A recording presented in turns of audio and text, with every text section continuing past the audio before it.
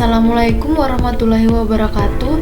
Saya Wode Yulianti dengan NIM A1J12404 kelas A. Pada video kali ini saya akan menjelaskan tentang uji validitas dan reliabilitas pada 20 butir soal dengan 15 responden. Uji validitas dilakukan untuk mengetahui apakah setiap butir soal sudah mampu mengukur apa yang seharusnya diukur. Sedangkan uji reliabilitas dilakukan untuk mengetahui tingkat konsistensi dari keseluruhan soal. Pada uji validitas dan reliabilitas ini menggunakan rumus KR20 sama dengan K diper K kurang 1 dikali 1 kurang sigma PQ diper sigma kuadrat, di mana K ini sama dengan jumlah butir soal dalam tes, sedangkan P sama dengan proporsi siswa yang menjawab benar pada soal, Q proporsi siswa yang menjawab salah pada soal, sigma PQ jumlah dari hasil perkalian P dan Q untuk seluruh butir soal, dan sigma kuadrat adalah varians dari skor total seluruh responden. Di sini ada keterangan uji validitas di mana apabila nilai R hitung lebih besar sama dengan dari R tabel maka pernyataan valid. Sedangkan apabila nilai R hitung lebih kecil sama dengan dari R tabel maka pernyataan tidak valid. Pada analisis ini diperoleh nilai R tabel sama dengan 0,514.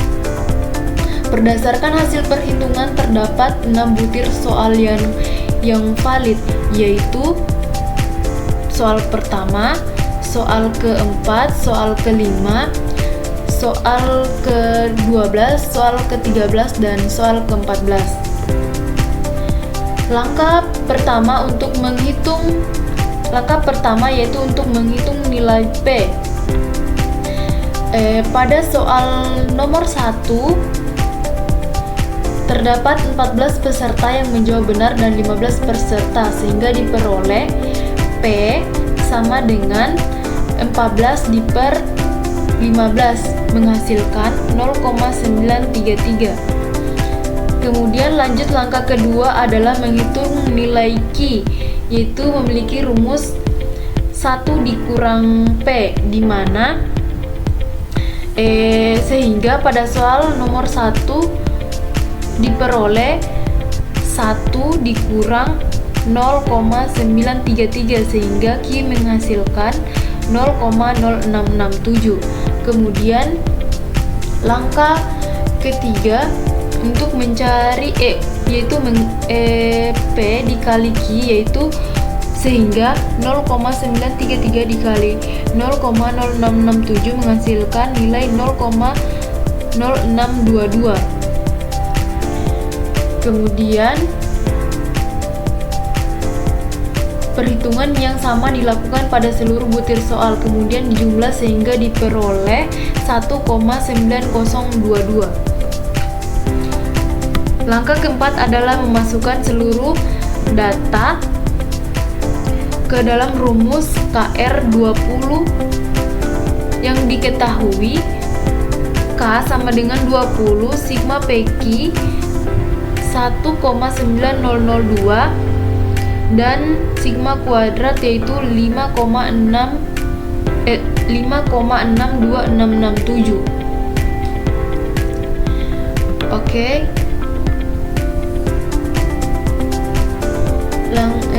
Lanjut. Berarti di sini KR20 sama dengan 20 diper 20 kurang 1 dikali 1 dikurang 1,9002 diper 5,62267, sehingga diperoleh nilai reliabilitas sebesar 0,703298. Ini seterusnya pada soal kedua hingga soal ke-20 caranya seperti itu.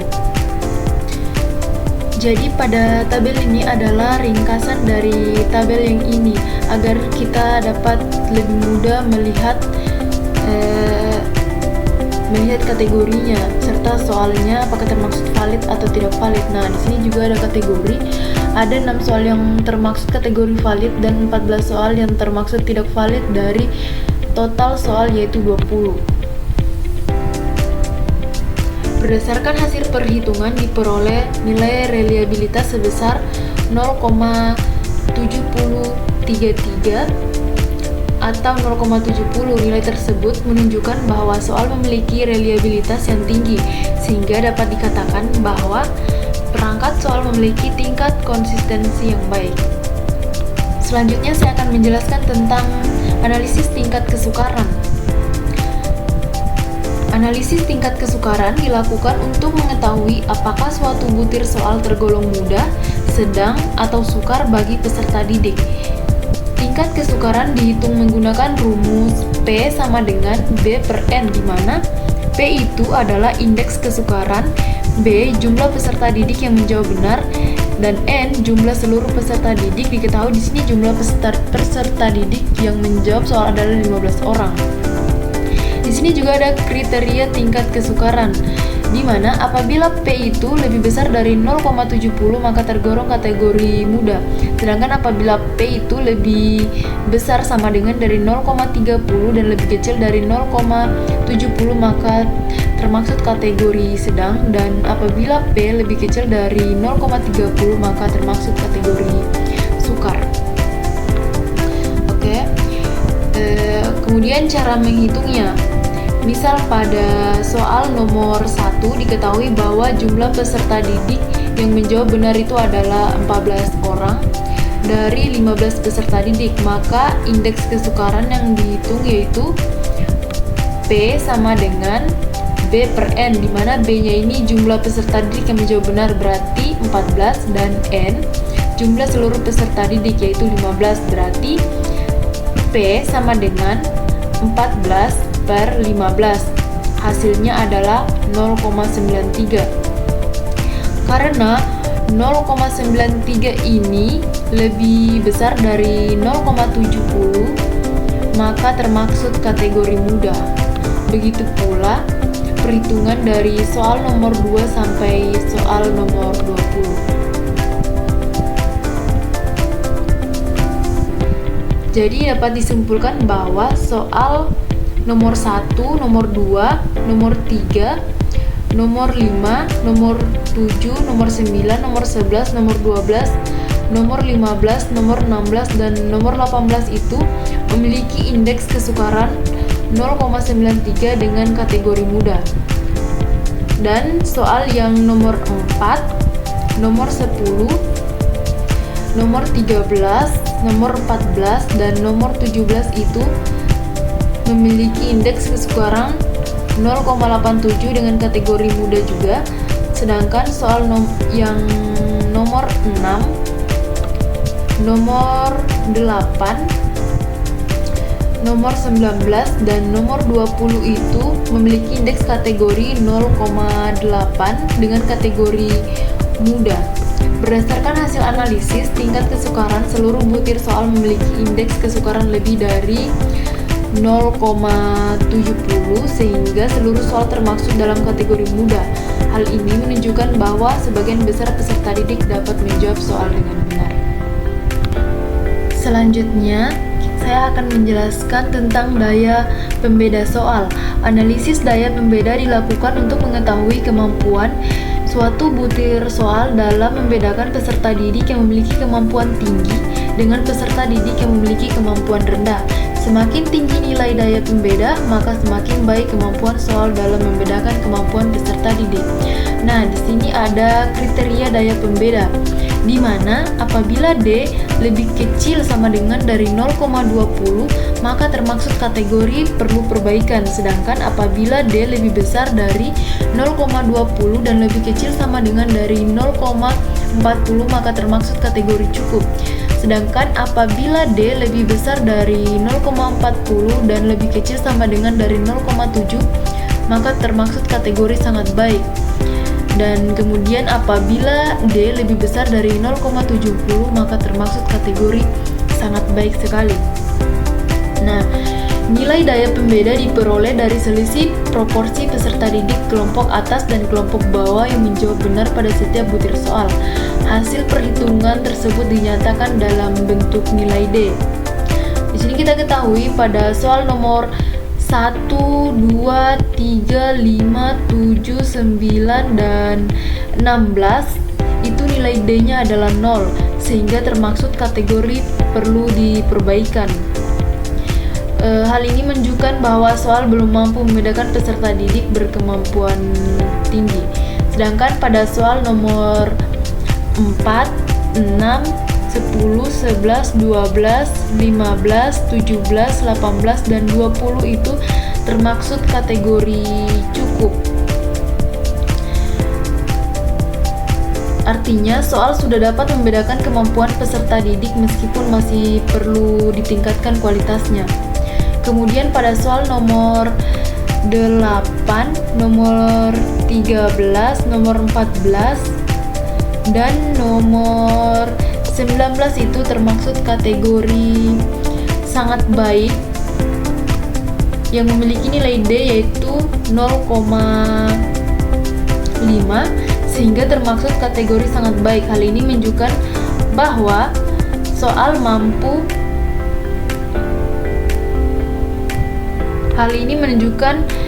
bahwa soal mampu membedakan peserta didik yang berkemampuan tinggi dan rendah dengan baik. Berdasarkan hasil analisis daya pembeda, terdapat 7 butir soal perlu diperbaiki, 9 butir soal dengan kategori cukup, dan 4 butir soal dengan kategori sangat baik. Selanjutnya, saya akan menjelaskan tentang analisis distraktor atau pengecoh. Analisis pengecoh ini dilakukan untuk mengetahui apakah pilihan jawaban yang salah pada setiap soal sudah berfungsi dengan baik. Pilihan jawaban yang salah disebut pengecoh atau distraktor. Pengecoh ini dikatakan berfungsi apabila ada peserta didik yang memilihnya. Pada tabel ini, kolom A, B, C, dan D menunjukkan jumlah peserta didik yang memilih masing-masing pilihan jawaban pada setiap soal. Sedangkan pada kolom keterangan menunjukkan apakah pengecoh pada soal tersebut berfungsi atau tidak. Pada soal nomor 1, seluruh peserta didik memiliki jawaban yang sama, yaitu pilihan C. Tidak ada peserta didik yang memilih pilihan A, B, dan D. Hal ini menunjukkan bahwa pengecoh pada soal nomor 1 itu tidak berfungsi, sehingga soal dikategorikan terlalu mudah. Sedangkan pada soal nomor 6, 12 peserta didik memilih pilihan D, dan 3 lainnya memilih pilihan C. Menunjukkan bahwa pengecoh pada soal nomor 6 ini berfungsi. Berdasarkan analisis yang diperoleh, soal nomor 1, nomor 2, 3, 5, 7, 9, 16, dan 18 itu termaksud kategori terlalu mudah. Sedangkan soal yang nomor 4 itu tidak berfungsi. Kemudian soal yang nomor 10 dan nomor 14 itu termaksud kategori cukup, dan soal yang nomor 6, 8, 11, 12, 13, 15, 17, dan 19 serta 20 termaksud kategori berfungsi. Dari hasil tersebut dapat disimpulkan bahwa sebagian besar soal sudah memiliki pengecoh yang berfungsi dengan baik, namun masih terdapat beberapa soal yang terlalu mudah atau memiliki pengecoh yang belum berfungsi secara optimal. Selanjutnya saya akan menjelaskan yang terakhir, yaitu keputusan akhir.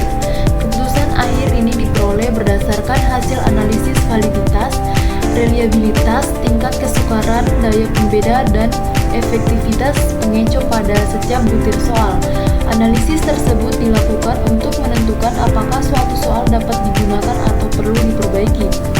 Berdasarkan hasil analisis, diperoleh bahwa soal nomor 1, nomor 2, nomor 3, nomor 5, nomor 7, nomor 9, nomor 16, dan nomor 16 itu perlu direvisi. Hal ini karena disebabkan soal-soal tersebut belum memenuhi beberapa kriteria kualitas soal, seperti validitas yang rendah, daya pembeda yang kurang baik, dan pengecoh yang belum berfungsi secara optimal. Kemudian soal yang nomor 4, nomor 6, nomor 8, nomor 10, nomor 11, nomor 12, nomor 13, 14, 15, 17, 18, dan 20 itu dinyatakan diterima karena soal-soal tersebut itu telah memenuhi sebagian besar kriteria yang ditetapkan sehingga layak digunakan dalam proses evaluasi pembelajaran. Jadi, secara keseluruhan dari 20 butir soal ini yang dianalisis terdapat 13 soal yang diterima dan 7 soal yang perlu direvisi. Soal yang diterima dapat digunakan, sedangkan soal yang direvisi memerlukan perbaikan pada aspek-aspek tertentu agar kualitasnya menjadi lebih baik. Berdasarkan seluruh analisis yang telah dilakukan, dapat disimpulkan bahwa perangkat soal yang disusun memiliki reliabilitas yang tinggi seperti yang saya jelaskan tadi pada reliabilitas dengan mendapat nilai dengan menggunakan rumus KR20 yaitu sebesar 0,703298. Analisis ini juga menunjukkan bahwa terdapat beberapa soal yang memenuhi kriteria kualitas yang baik, namun masih ada beberapa soal yang perlu diperbaiki. Melalui analisis validitas, reliabilitas, tingkat kesukaran, daya pembeda, dan efektivitas pengecoh, kita dapat mengetahui kualitas setiap butir soal secara lebih mendalam. Dengan itu, proses evaluasi dan revisi soal sangat penting dilakukan agar instrumen yang digunakan benar-benar mampu mengukur kemampuan peserta didik secara tepat. Itulah penjelasan dari video saya, yaitu hasil analisis butir soal. Semoga penjelasan ini dapat menambah pemahaman mengenai pentingnya analisis kualitas soal dalam penyusunan alat evaluasi pembelajaran. Saya ucapkan terima kasih, kurang dan lebihnya mohon dimaafkan. Akhir kata, billahi taufiq wa hidayah. Wassalamualaikum warahmatullahi wabarakatuh.